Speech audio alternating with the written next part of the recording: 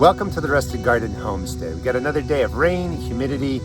Garden is just beat up, like I've been saying. I want to show you a quick couple-minute trick on how to get a tomato plant that's really beat up back on track. This is a plant that I probably would just pull, and it's not really worth saving in its current form. You can drop it off the stake, pile dirt around it, water it in with a water-soluble fertilizer, and there's a great chance you can get it back on track. Here's one of my indeterminate tomatoes. That's a variety that just keeps growing until frost comes or disease takes it out, and it's pretty beat up. You know, I could try and save it in this form, but it's just gonna kind of chug along. What I'm gonna do is just cut the string, drop it to the ground, cover it with soil, water it in with a water-soluble fertilizer, and just leave the green up here above the new pile of soil I put around it. New suckers will come out, production stems, flowers will form, leaves will come, and there's a good chance come middle of August, we're towards the end of July right now, that this guy's going to start producing again, and I will get production through August and into September, and this guy's going to look really good. Area's weeded out, tomato is free of the stake, and you can see what the plant looks like. What you don't want to do is you don't want to dig a trench and then bury this, because you're going to disturb a lot of surface roots. We're trying to disturb this plant as little as possible, and because tomato plants are vines, anywhere this stem touches soil, gets buried, where there's moisture, root nodes are going to form and it's going to root out. So what we can do is just gently, push it down and just curl the vine on the ground. And then I'm repurposing some of the soil in my vertical tower. I'm going to be planting different things in here.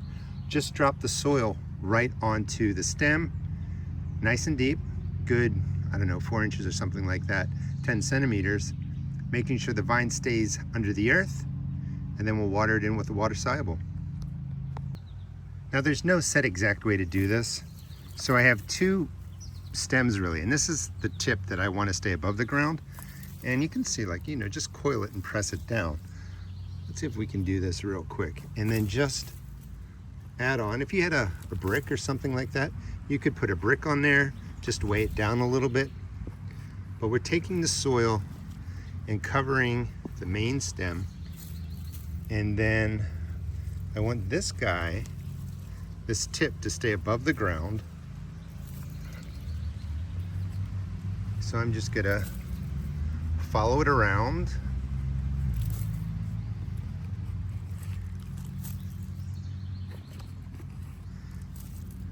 And bury the stem. And again, maybe not quite 4 inches, 5 to 10 centimeters, 2 to 4 inches of soil on the stem.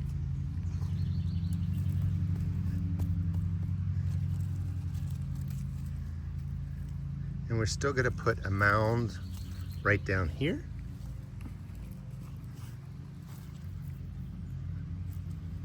That's a leaf I want to pull out.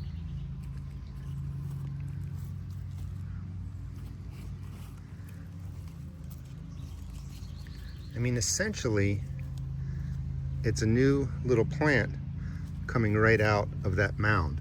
And then over here, there's another good stem, even a flower cluster on there. And I'm just going to bury the stem right here. And I guess I'll just show you it all in real time, just so you have a sense. The leaves that you're not gonna keep above the ground, cover them over too. Anywhere that we're putting soil onto the stems, they're gonna root out.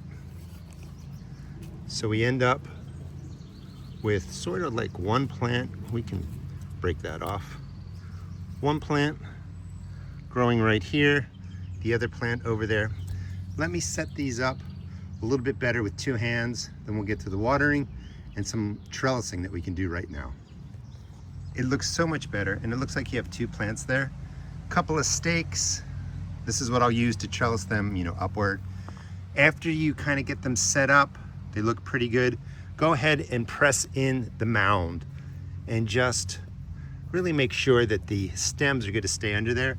And then you could take some more soil, throw it on there if you want. I'm not going to show you this part because I think you can, you know, do it pretty easily. 1 gallon, any water-soluble fertilizer just poured over the space. That's going to give it nitrogen, phosphorus, potassium, water-soluble form the plant can use right away. And you really don't have to feed it again for several weeks. Maybe if they look a little bit yellow, you know, hit them again with a water-soluble fertilizer, maybe a ½ gallon, something like that. But 4 weeks from the first feeding, hit them again. You're using the water-soluble because you want to accelerate the leaf growth. Today's actually July 20th. I want to get tomatoes forming by mid-August. I want them growing through August and September. Don't be shy on the water-soluble. That's going to get them off to a great start. There's also a lot of disease in my garden. If you're following my channel, you probably see how I've been trying to manage it. After you feed them with the water-soluble, spray these with the hydrogen peroxide spray like I've shown you in videos. There's plenty of videos on that if you want to check that out. Hit them then with your antifungal. Hydrogen peroxide cleans the leaves. It's gone within 24 hours. And then you can put on like baking soda spray that stays on until rain comes, changes the pH of the leaf, keeps the fungus off there. What we're really doing is taking a beat up plant that would have really struggled, burying the roots, getting new roots growing, feeding it the water-soluble fertilizer, cleaning it with the hydrogen peroxide, putting down the antifungal, and we're gonna have a really fast growing plant because we were keeping a really strong root system in place. Thanks so much for watching. Please check out my seed shop at therustedgarden.com. I sell tomato and pepper seeds for $1.75 a pack. All other seeds are only $1.50. Again, thanks so much for watching, and try and save a tomato plant that looks like you want to pull it out of the ground. Try this trick. You're going to be really surprised at how well it really works. It's the root system that makes all the difference. Strong roots, fast upper growth.